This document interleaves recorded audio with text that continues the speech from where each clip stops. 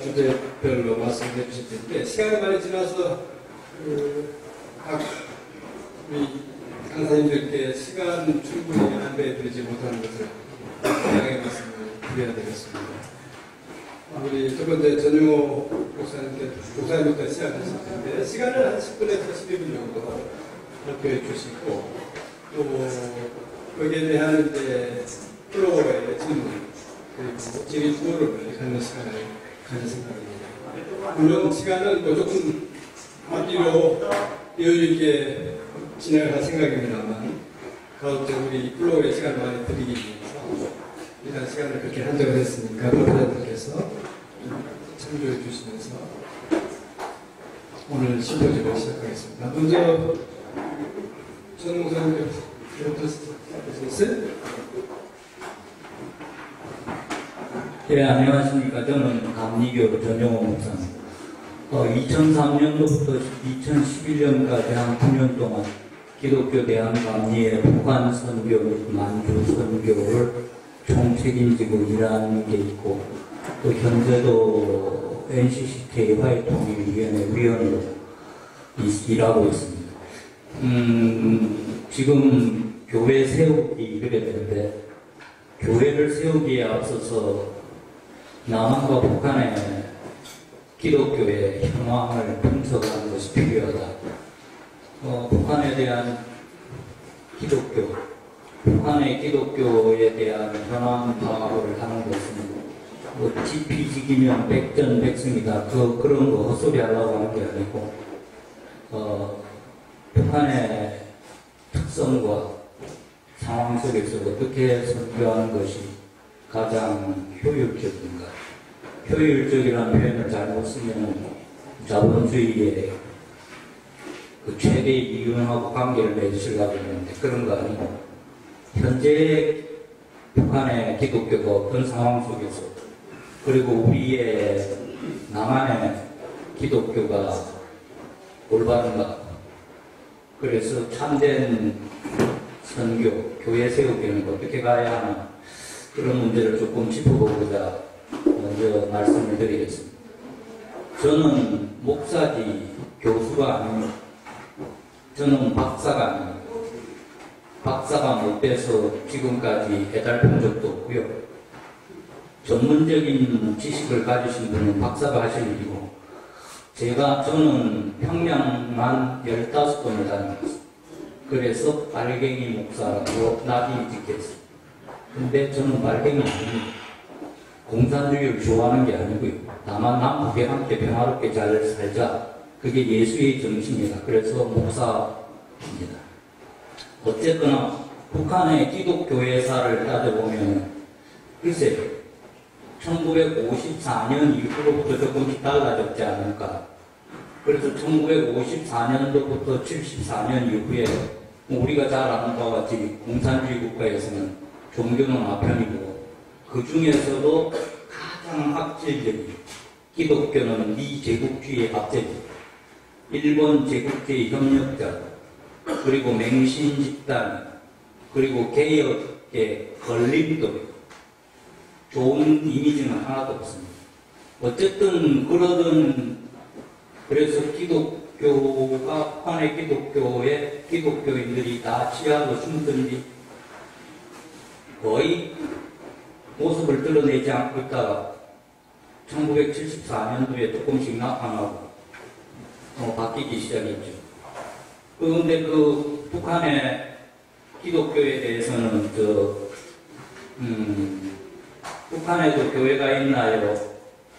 그 백승용 기자가 국민일보에 썼던, 이게 자료는 굉장히 오래된 거지만 그래도 쓸만한 것들이 있습니다. 거기에 보면은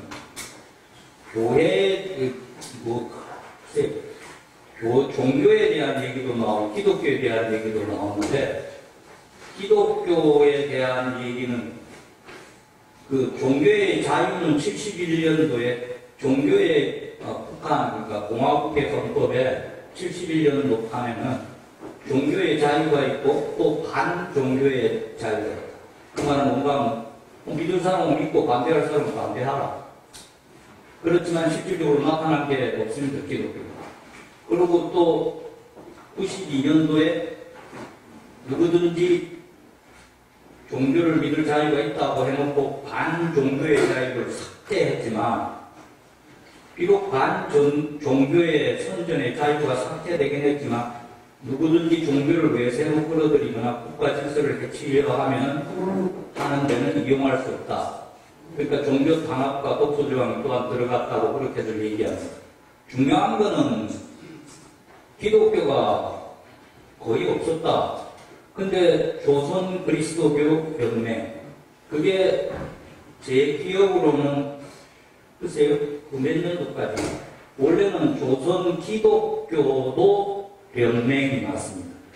그러던 것이 조선 그리스도교 연맹으로 명칭을 바꿨습니다. 자세한 내용은 저도 잘 모르겠습니다.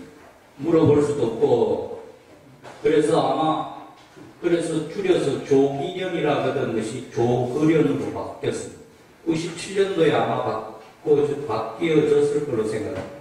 강양욱 위원장을 거쳐서 그 아들 강영석 위원장, 그리고 현재는 그 아들이 강명철 위원장. 그 조선 그리스도교 연맹을 거쳐가고 교회는 두 개 있죠. 그 봉출교회 있고 칠골교회. 그 봉출교회가 옛날에는 손효순 목사라고 47년생입니다. 훌륭하신 분이고, 김일성 종합대학 종교학부 출신입니다. 훌륭하다라는 얘기는 제가 빨갱이 아닙니다.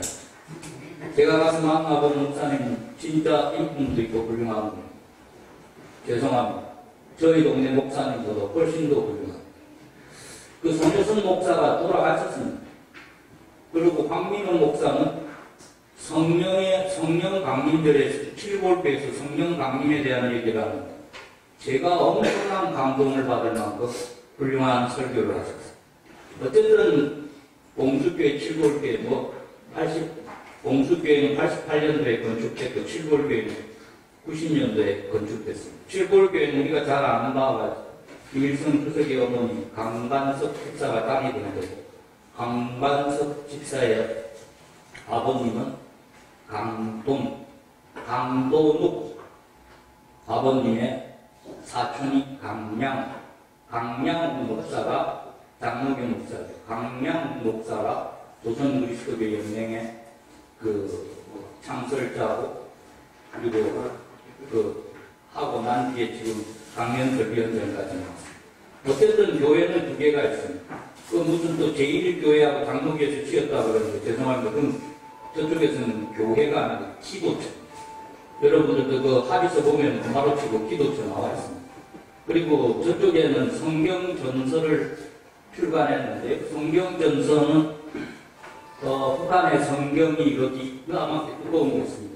그 책에 나왔는데 그게 뭔가 하면 레이놀즈라고 하는 선교사의 비서를 했던 이영택이라고, 그분이 중심이 돼가지고 성경을 펴냈는데, 그 성경에 그 나와 있는 그거하고 우리 거하고 다른 거 이제 남북한 성경 비교 책자라고 해서 옛날에 제가 있을 때 만들어냈어요.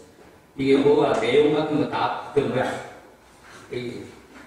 거기 개혁 성경, 공동 번역 성경, 북한 성경, 성경전서, 이게 세 군데 다 다른 걸 창세기부터 요한계시록까지 깨알같이 다 틀린 거 했어. 그리고 저쪽은 북쪽 성경에는 계시록 대신에, 요한계시록 대신에 묵시록이라고 했어. 우리도 1920년도에 묵시록이라고 했어. 어쨌든 간에 중요한 거는 성경을 펴냈다. 그리고 나서 교회가 그게 현재 있다. 그런데 교회를 더 짓자고 했더니 저쪽에 죽은 이충무 부장이 한 얘기가, 종로 한가운데 김일석 주선님 동상 세우자 그러면 당신네들 받아주겠네. 북쪽에서 교회 세우는 건 그만큼 어렵어. 그 내용은 나중에 또 시간에 되면 설명드릴게요. 북한 내의 교회 수가 얼마냐? 강영석 위원장님도 정확한 숫자 모른다. 그 합쳐갖고 공수교회, 칠골교회, 그리고 가정교회가 하고 합쳐서 한 10,000명 좀 넘지 않겠냐? 좀 넘지 않겠냐? 북한에 대해서 어떤 숫자를 들리기는 사람치고 사기꾼 아닌 사람은 없습니다. 북한에는 조사가 온전히 된 적이 없고 그리고 하지도 않습니다. 그리고 어쨌든 북한은 현재 종교의 자유가 있다 그러면서도 아까 말씀드린 것 같이 여러 가지 조항들이 있습니다. 그러나 제가 가본 그 평양신학원과 조선 그리스도교 연맹 사무실 위에는 김일성 주석과 김정일 장군의 초상화가 붙어 있지 않습니다. 어떤 공식적인 그 공간 속에도 김일성 주석과 김정일 장군의 초상화가 붙어 있지 않는 자리는 평양신학원과 그리고 교회와 그리고 또 연맹의 공간밖에 없습니다. 그러나 어쨌든 간에 지금 북한에 있어서 교회라고 하는 것은, 기독교라고 하는 것은 굉장히 황폐화되어 있다. 특정된 사람들만의 자리다. 그래서 탈북자들이 와가지고 교회 못 들어가 봤다. 지나가는데 못 들어가게 한다. 그 말은 맞는 게 우리도 지금 지나가다 내가 대한민국 국민인데 종합청사전 들어갑시다 그러면 그래 보내주니까 그런 엉뚱한 얘기들 하지 말고 그쪽은 지금 상황이 그렇다. 옳다 그러다가 판단하지 마세요. 옳다 그러다가 지방식대로 판단해갖고 외눈배기가 두 눈 박힌 사람 죽이는 경우 많이 봤습니다. 그런 상황 속인데 어쨌든 홍수가 쓸고 가가지고 그게 지금 옥토가 폐허가 됐어. 그럼 우리는 그 다음에 돌멩이만 집어갖고 자갈만 건져내고 거기다가 또 심으면 자랄 것 같지만 농사 지어보면 그렇지 않잖아요. 무식한 얘기를 하지 마시고 홍수가 쓸고 지나가면은 이렇게 모래 파내고 해도 거기에 다시 지력을 회복하려면 3년 내지 5년이 걸려. 지금 저쪽에서는 70년 동안 황폐화되어 있다. 거기에다가 어떻게 할 것인가 좀 더 생각을 해야 돼. 그리고 기독교가 목사가 뭐야? 내가 수없이 저기 가서 들은 얘기가 뭐 하시는 분이야? 목사가 뭐야? 목사 몰라요? 목사 모른다. 목사를 모른다. 그러면 손정도 목사님 얘기는 못 들었어? 들었지. 손정도 목사님의 목사가 내 목사. 내가 그분의 후배. 이제 감이 잡혀? 그때서야 기독교에 대해서 그래서 이충구 조선 그리스도교 연맹의 이충구 부장이 처음에는 선전부장으로 나왔어요. 그걸 우리 동네에서 남쪽에서 올라간 목사들이 소리를 질러갖고 선전부장이 뭐냐? 선교부장이냐. 그래서 선교부장으로 호칭을 바꿨어요. 북쪽에서는 지금 기독교에 대해서 선전을 해야 됩니다. 두 번째 남한의 기독교 얘기합니다. 아까 무슨 학장입니까? 총장님이 말씀하셨죠. 지금 남한의 복음을 받고 땅끝까지 전하면 땅끝까지 망한다. 무슨 말씀인지 이해가 가십니까? 저도 목사지만 정신 차립시다. 남한의 그 신학의 내용이나 그 메시지의 내용이 첫 번째는 그 세속주의로 그리고 세속화되고 대형화되고 물질화되고 복음이 변질돼가지고 다우닝 카우라고 들어봤습니까? 소가 왜 먹이를 먹고 주지 않습니까? 풀을 먹어야 할 소에게 그걸 먹이를 주니까, 동물성 먹이를 주니까 뇌가 이렇게 비어가지고 주지 않는 거예요. 예수의 복음은 전하지 않고 엉뚱하게 세상화된 복음을 전하니까 그 복음을 가지고 지금 가가지고 북쪽에다 전하겠다고. 그리고 죄송합니다. 깃발도 없는 거지. 서부 개척시대 때 그 넓은 땅에서 말 타고 가다가 깃발만 뽑으면 자겠다는 거예요. 북쪽도 지금 모든 게 다 열려지면 거기 갖다 깃발 꽂자. 시장 점유하자. 블랙 프라이데이. 미국의 그 백화점이 문 열면 그 줄 서고 있다 가가지고 찍어가고 이거 내 거다. 무슨 실지 회복하자. 그렇죠. 피난 나왔으니까 자기 동네에다 교회 세운다는 게 누가 나쁘다 그럽니까? 그러나 거기에는 또 해야 될 여러 가지 문제가 있죠. 내 거 도로 찾는다라는 걸 떠나서 그리고 교파마다 경쟁적인 선교 정책을 통해 갖고 우리 교단이 북한에서 최고의 교단이 되어야 됩니다. 예수는 어디로 사라지고 지금 교단 얘기 타령하고 지금 돈 이만큼 쌓아놓고 문만 열리면 가서 깃발 뽑으려고 죄송합니다. 교파지상주의라든지 자본주의 경쟁이라든지 예, 북한에 나온 결의말 사전에 보면은 기독교의 중심 사상은 평등과 박애라고 표현합니다. 예수의 평등의 사상은 어디로 가고 예수의 박애는 사람은 다 어디로 가고 죄송합니다. 제가 보기에는 차라리 북한을 있는 그대로 놔보는 게 오히려 북한을 살리는 길인지도 모르죠. 가서 망치면 안 됩니다. 그러나 진짜 예수의 복음을 갖고 가려면 어떻게 가야 될 건가? 그리고 어떤 방식으로 우리가 경쟁하지 않으면서 북한을 정말 북한에다가 옛날에 동양의 예루살렘이었던 그 북한을 평양을 다시 이렇게 회복하고 북한을 이렇게 할 건가? 그 문제에 대해서는 끊임없이 기도하고 저거 공짜 주인 없는 땅 아닙니다. 그런 복음의 내용이나 이런 것도 생각해야 되고 또 하나는 우리가 6.25 전쟁 이후에 남한의 그 신학이 냉전신학, 이념신학, 방공신학 방공, 냉전, 이념 그래서 기독교가 화해를 주장하기보다는 이승만 정권, 박정희 정권, 전두환 정권 얼마 전까지 이명박 정권, 박근혜 정권하고 손 붙들고서는 그리고는 때려잡자 북진 통일, 멸공 통일 때려잡자 집회를 주도하고 중호를 고조시키는데 앞장서고 빨리 끝내라. 그런데 교회 세우기로 들어가겠습니다. 2분만 쓰겠습니다. 교회의 참된 의미가 뭔지 교회는 구별된 자들의 모임입니다. 선택된 자가 아니고 구별된 자. 하나님께 자기의 뜻을 복종시킨 자들의 모임입니다.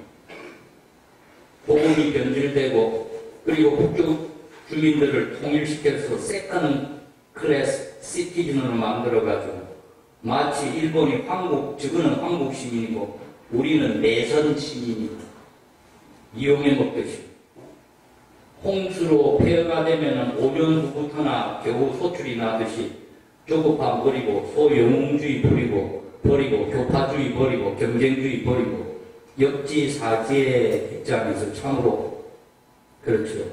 북한 땅에 화해와 평화를 이루면서 그리고 예수님의 참된 그 평등의 정신과 박애의 정신 평화라고 하는 단어는 에이덴이 아닙니까? 에이덴에는 평화, 평강, 강령, 평안 이런 것도 있지만 일치와 번영이 있습니다. 예수님의 정신에 일치해가지고 남북이 일치가 되면 그 다음에 번영으로 갑니다. 평화가 이 땅에 오고 북한을 갖다 원수 삼는 것에서 벗어나고 하나님이 통치하는 사회로 만들어 준다면 평등과 호리 서로 간의 이익을 추구하는 그런 면에서 정말 사람이 사람답게 살고 사는 그런 세상으로 만든다는데 앞장선다면 그렇다면 교회를 그런 입장에서 세우는 게 맞지 않나 생각합니다. 감사합니다.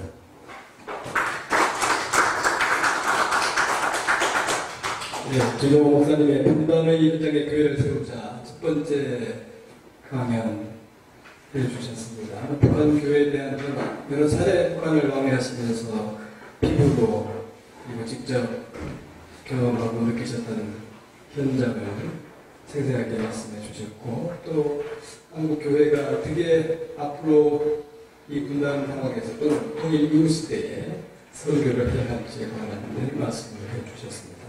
아마 시간상 제가 이렇게 촉박하게 말씀을 하시느라고 충분히 설명드리지 못하신 부분에 대해서 아쉬움이 있습니다만 강연을 들으시면서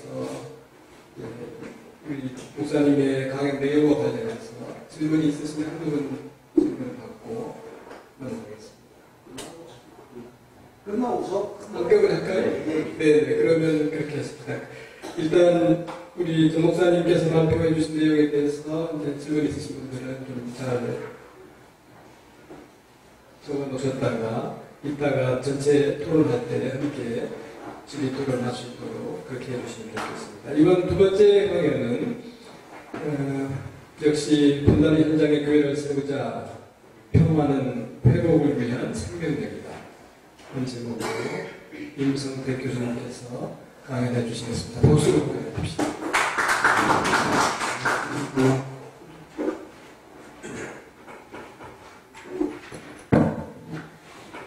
예, 15분 정도의 시간이라고 하니까 나눠드린 유인글을 제가 정리해가면서 말씀을 드리겠습니다. 우리가 보통 평화라고 하는 개념은 하나님과 화목을 이룬 인간이 하나님과 화목의 첫 번째 조건이 하나님과의 화평이다. 하나님과 연결됨, 그러면 하나님의 아들이 되지요. 그 하나님의 아들이 되면 그 마음속에 넘치는 평강이 있습니다. 그 평강한 사람들의 커뮤니케이션이 바로 평화라고요. 이렇게 연결되는 과정에서 평화는 사람과 사람을 연결시키고 그 다음에 집단과 집단을 연결시키고 그래서 지구촌을 만들 수 있는 그리스도 교회의 그 연합체 개념입니다. 이것은 그 연합, 그 통일체 개념입니다. 연합은 분리시킬 수도 있고 나눌 수 있지만 이 통일체는 나무와 잎이 분리되면 개체가 죽어버리듯이 이런 유기체로서의 통일체, 이것을 만들 수 있는 사상적 배경이 바로 평화입니다. 이런 서로 입장에서 우리가 종교적으로 평화를, 신학적으로 평화를 얘기하지만 결국 그것은 남북 평화를 끌고 갈 수 있는 사상적 모티브가 된다라고 하는 전제에서 서로를 설명드리고 두 번째 장으로 넘어가겠습니다. 두 번째, 사랑과 힘과 정의의 유기적 관계의 가능성에서 사랑은 첫째, 도식적으로 규정할 수 없는 무규정적인 정서를 가지고 있습니다. 정서이기 때문에 사랑은 함부로 말할 수 없다는 것이고요. 두 번째, 전제론적인 사랑, 다시 말해서 사랑이 정서적인 것은 분명하다고 할 때 그 사랑은 마음의 한 영역 내에 존재하고 확실한 개념으로 서 있습니다. 그리고 사랑은 정서적인 것도 종교적인 것도 아니며 윤리적인 것으로 보는 견해도 있습니다. 이는 유대교, 기독교 등에서 나타나는 표현 중에서 너는 뭐 해야 한다. 이 칸트가 전원 명령이라고 그랬죠. 이렇게 명령으로서의 사랑의 개념도 있습니다. 그래서 저는 지금 이 평화를 사랑과 힘과 정의의 유기적 관계로 봅니다. 평화는 사랑과 힘과 정의가 유기적으로 이루어질 때에 비로소 평화가 유지해진다는 면에서 첫 번째 사랑의 개념을 짚었고요. 두 번째, 힘이라고 하는 것은 사회적인 개념입니다. 그런데 사회적인 힘의 개념이 어떻게 물리적인 힘과 연결되느냐에 따른 문제는 강제성에 있습니다. 힘은 강제성인데 그래서 이 강제성이 어떻게 우리 가운데 실현되느냐 하는 문제가 힘이 이렇게 쓰일 수도 있고 저렇게 쓰일 수도 있다. 그러나 힘의 정의는 사회적 힘의 정의는 강제성, 물리적 힘의 정의도 강제성. 그래서 강제성이 사회적으로 어떻게 표현되느냐에 따라서 힘의 모양이 달라진다. 그 다음에 정의가 뭐냐? 정의는 분배적 정의가 시정적 정의가 있다는 아리스토텔레스 얘기입니다. 분배적 정의라고 하는 것은 그 사람이 당연히 그런 입장에서 가져야 할 것과 가지지 못할 것을 구별해서 주는 것이고, 시정적 정의는 약간의 형벌적 정의가 있습니다. 네가 그렇게 했기 때문에 이렇게 해라. 이렇게 해서 정의라는 개념이 두 가지로 서는데, 그 다음 페이지 세 번째, 사랑과 힘과 정의의 유기적 삼각구조에 가면 사랑과 힘의 관계에서는 사랑과 힘의 관계를 구조적으로 정의하게 되면 사랑이라는 힘의 단력 혹은 힘은 사랑의 특정으로 파악하는 것이 가장 정당한 것으로 되어 있습니다. 그래서 사랑과 힘이 서로 배척할 수도 있지만 서로가 유기적으로 결합돼야만 그러므로 사랑과 힘이 마주치면서 생기는 사회윤리의 문제들은 대단히 중요한 것입니다. 힘이 단순히 불신으로 보이고 사랑이 감정적 성질로 대치되는 것으로 이해되는 한 건전한 사회윤리는 형성할 수 없습니다. 그래서 사랑과 힘이 서로 공존할 수 있는 패러다임이 있어야 하고요. 두 번째, 사랑과 정의 개념에 가보면 일반적으로 사랑은 정의를 초월해 존재하는 것이라고 이해합니다. 그리고 사람들은 정의란 법적으로 어떤 것을 주장할 수 있는 사람들에게 그러한 정당한 요구대로 그 몫을 분배하는 것이라고 말합니다. 반면 사랑은 그들 중 한 사람을 설득시켜 그 권리를 선한 의미에서 포기하게 다른 사람에게 양도하게 할 수 있는 것이라고도 이해합니다. 그러나 어쨌든 이 사랑의 개념도 예를 들어서 내가 당신의 범죄 행위를 알고 있어. 그리고 정의의 요청에 따라 당신을 재판에 회부해야 되겠지만 나는 그리스도의 사랑으로서 당신을 그냥 보내오 라고 했을 때 이것은 표면적으로 대단히 그리스도의 사랑을 실천하는 것처럼 보이지만 하나의 위장된 거짓 사랑의 관대성에 불과한 겁니다.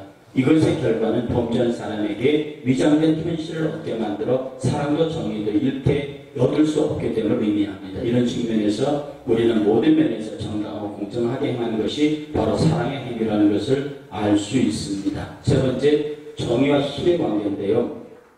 정의와 힘의 관계 측면에서 정의에 대한 법적 질서의 관계, 그리고 힘에 대한 법과 질서의 관계를 논의할 때 그 관계들 사이에서 오는 혼동 역시 작은 것은 아닙니다.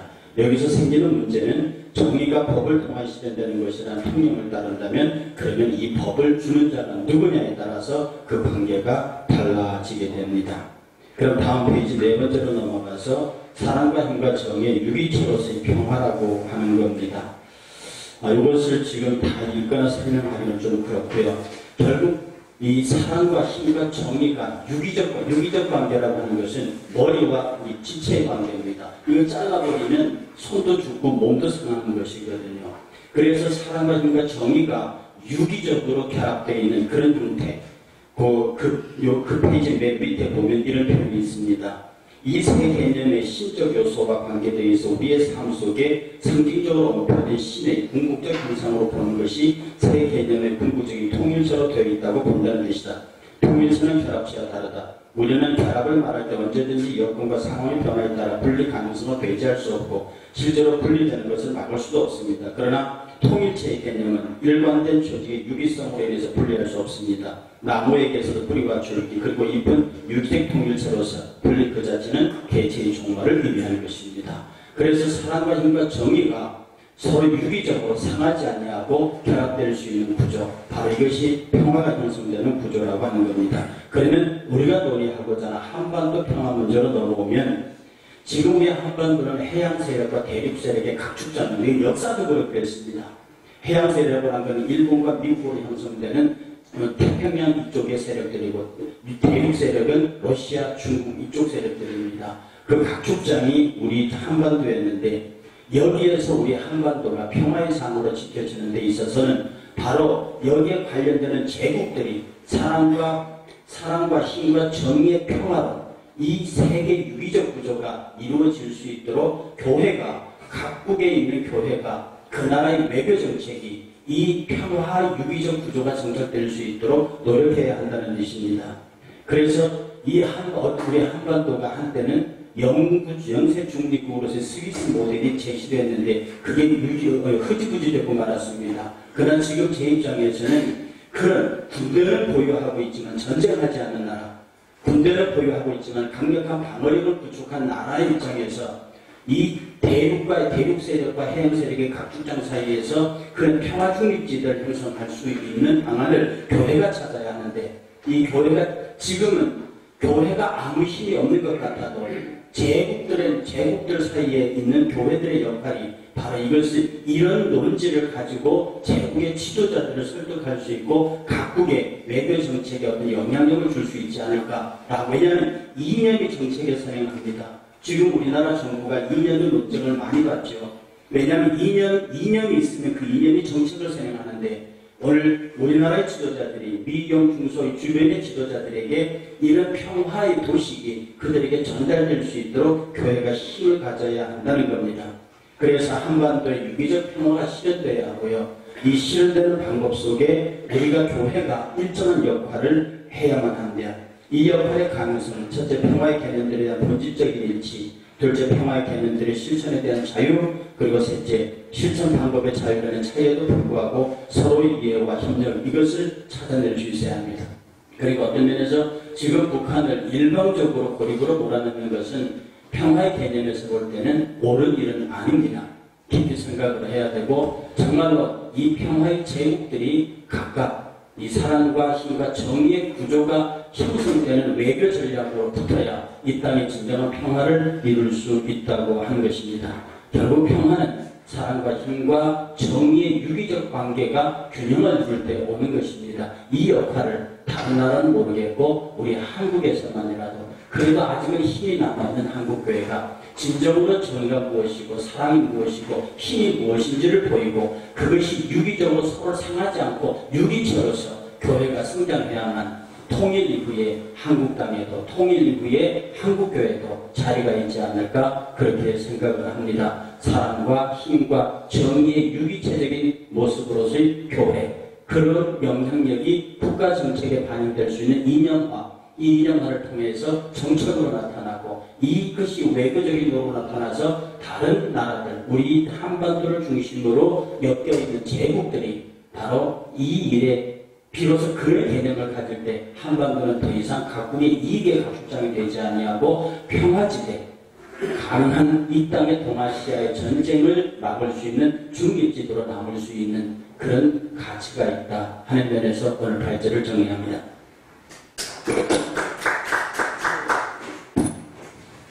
시간을 아주 잘 맞춰주셔서 감사합니다. 우리 임석태 목사님께서 발표해 주신 내용은 아마 평화에 대한 이론적인 정립과 함께 우리 한반도가 입지해 있는 생각적인 요인인데 아마 저로서는 이제 해양 세력과 이 대륙 세력이 만나서 각주장을 벌인다고 하는 이 현실 앞에서 교회가 또는 남은 우리 한반도가 어떻게 대처하고 평화를 구축해 나갈 것인지에 대한 그 구체적인 제안과 거대 담론으로서의 평화를 말씀해 주셨습니다.